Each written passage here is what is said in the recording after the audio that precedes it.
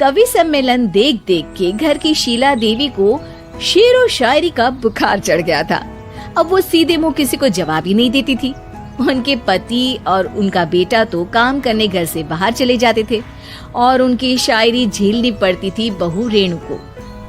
अब सास बोलती नहीं, अर्ज करती थी, संदूक पे रखी संदूक, संदूक में रखे झुमके, बहू झुमके निकाल के दे मेरे, कहाँ लगा रही है ठुमके। माँ जी, झुमके तो आपके निकाल दूंगी मैं, लेकिन आपके दिमाग से ये शायरी का भूत कैसे निकलेगा? छोटे लोग नहीं समझेंगे, शायरी है शौक बड़ा, तू अपने काम से काम रख, मेरे काम में मत टांग अड़ा। शौक अलग बात है, लेकिन हर चीज में अपना शौक डाल देने से जग हसाई हो सकती है सासू माँ। अरे मैं हूँ एक नंबर कलाकार, कोई ऐसी वैसी बला नहीं, तुम घर के कामों में उलझी, समझोगी मेरी कला नहीं। ठीक है माँ जी, आप नहीं समझती तो कोई बात नहीं, लाओ मैं आपके झुमके ही निकाल कर दे देती हूँ। बहू सास के झुमके निकाल कर देती है और वहाँ से चली जाती है। शाम को बहू अपने पति से शिकायत करती है, सुनिए जी, आप माँ को कुछ समझाते क्यों नहीं?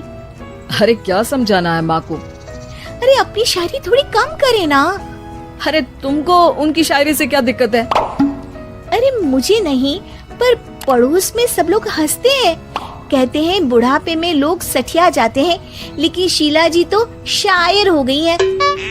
अरे लोगों का काम है कहना, लोगों की बातों का क्या टेंशन लेना। अरे वाह, मैंने भी शेर कह दिया, वाह वाह वाह वाह। देख लो, तुमसे किसी ने कहा नहीं और तुम्हारे सामने कोई माँ की बुराई नहीं करता तो तुमको फर्क नहीं पड़ रहा।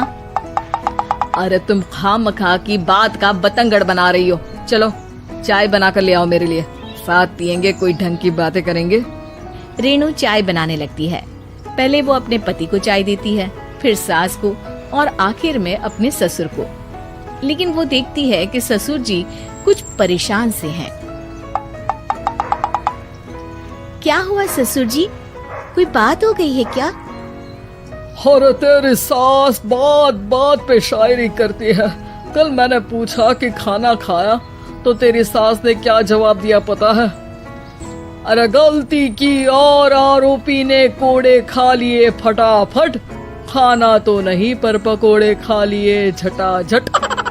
अब बता क्या जवाब दूं इस बात का? वो तो सभी से शायरी में ही बात कर रही हैं। मुझे भी समझ में नहीं आता कि क्या करूं मैं। बेटा उसको उसी की भाषा में जवाब देना पड़ेगा। मैं तो आम बातचीत में भी उसके सामने कुछ नहीं बोल पाता, शायरी में क्या बोलूंगा भला। ससुर ने जैसे ही कहा कि उसको उसी की भाषा में जवाब देना पड़ेगा, बहू को ये बात जच गई।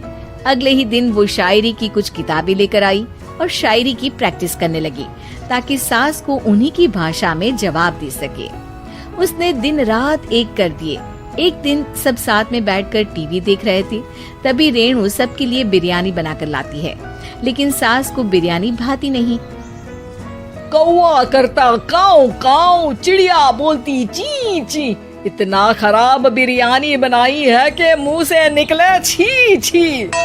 बस इसी मौके का तो बहू को इंतजार था, क्योंकि अब बहू सास को उसी की भाषा में जवाब देने के लिए तैयार थी।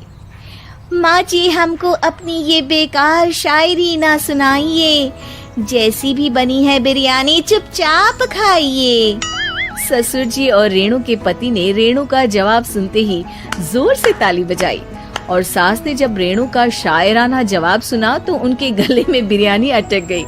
बहू ने एक और शायरी का तीर छोड़ा। शायरी में बहू के सामने सास हो जाएगी ढेर, क्योंकि सास मारेंगी एक शेर तो बहू मारेगी 1.25 शेर। सास को छोड़ के सब वाह वाह करने लगते हैं। आज पहली बार सास को नहले पे दहला मिला था और रेणु ने सास का मुंह चुप करा दिया था। अगले दिन रेणु का पति उससे कहता है, अरे वाह, तुमने तो माँ की बोलती बंद कर दी, मजा आ गया। अब मेरे लिए कुछ बना दो, खाकर मैं काम पर चला जाऊं। शायरी ही है मेरा जीवन, वही करूंगी जी भर के। नौकरानी रख लो कोई, काम नहीं करूंगी मैं घर के। अरे तुम क्या माँ जैसी हरकतें करने लगी, सीधी सीधी बात करो ना। हो गई कल शायरी, रोज थोड़ी ना करोगी।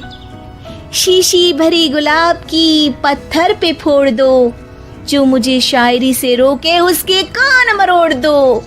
पति घबराकर वहां से चला जाता है और बाहर उसके पिताजी के पास जाकर बैठ जाता है। दोनों अपनी बीवियों की शायरी से परेशान है। ससुर को पछतावा होता है कि क्यों उसने बहू को सास की भाषा में ही जवाब देने का आइडिया दिया। अब तो घर में दो दो शायर हैं। दोनों एक साथ दुखी स्वर में कहते हैं, हम दोनों की ही बीवियां जब से शायर हो गई है, क्या बताएं, जिंदगी एक फटा हुआ टायर हो गई है।